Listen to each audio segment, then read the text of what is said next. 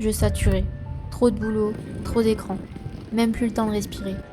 Mon chéri l'a senti, il a pris les billets et on est parti. Lisbonne, c'était une idée qu'on évoquait souvent. J'y étais jamais allée, mais en posant le pied là-bas, j'ai su que ça allait me faire du bien. C'est une ville qui vibre doucement, qui te parle même quand tu dis rien. Chaque rue semble avoir été dessinée par un peintre. Chaque mur raconte une histoire qu'on ne connaît pas encore. J'ai rien planifié, j'ai juste suivi le mouvement. Un train, un métro, un tram, un fou rire, un regard. C'est souvent quand on n'attend rien qu'on reçoit le plus. L'aquarium était immense, bruyant, plein de monde. On se faisait bousculer, c'était difficile de tout voir.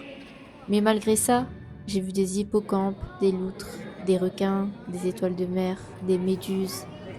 Et franchement, ça valait le détour. On est monté à l'ascenseur de Santa Justa. Vue sur les toits rouges, calme, baigné de lumière. On a visité le couvent des Carmes, ouvert au ciel, impressionnant. Et puis la tour de Bélem, sous la pluie, trempée mais magnifique. Le Christ roi, lui, nous a laissés silencieux, immense, puissant. À Lisbonne, il y a de la musique partout. Des guitaristes, des chanteurs, même des percussions dans les rues. Un jour, j'ai même chanté avec un musicien. Juste quelques secondes, mais c'était fort. Comme un petit rappel de qui je suis au fond. On a rencontré deux inconnus, devenus des amis. On a ri, marché, partagé plein de moments. Ce genre de rencontre que tu programmes pas, mais que tu n'oublies jamais. Et puis, il y a eu le Fado. Une petite salle, deux artistes. On s'est installé et on a écouté. C'était intense, magnifique. J'avais les larmes aux yeux. On a pris une photo avec eux avant de partir. Ils étaient adorables. Juste après, autre ambiance. Bar plein à craquer. Guitare, chant en portugais, en italien, en espagnol, en anglais.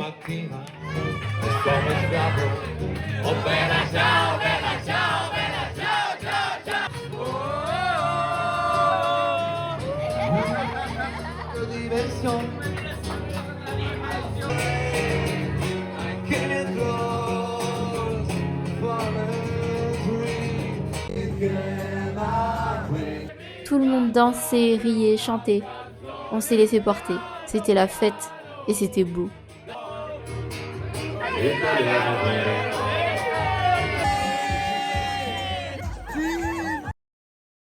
On a pris un train pour Sintra avec nos nouveaux amis.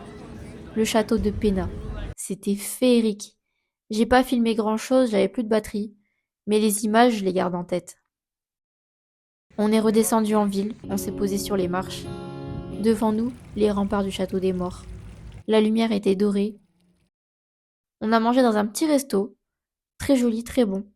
On a rechargé nos batteries et repris le train pour Lisbonne. La journée parfaite. Lisbonne m'a rappelé que j'ai pas besoin de courir après quelque chose. Juste ouvrir les oreilles, lever les yeux et me laisser porter.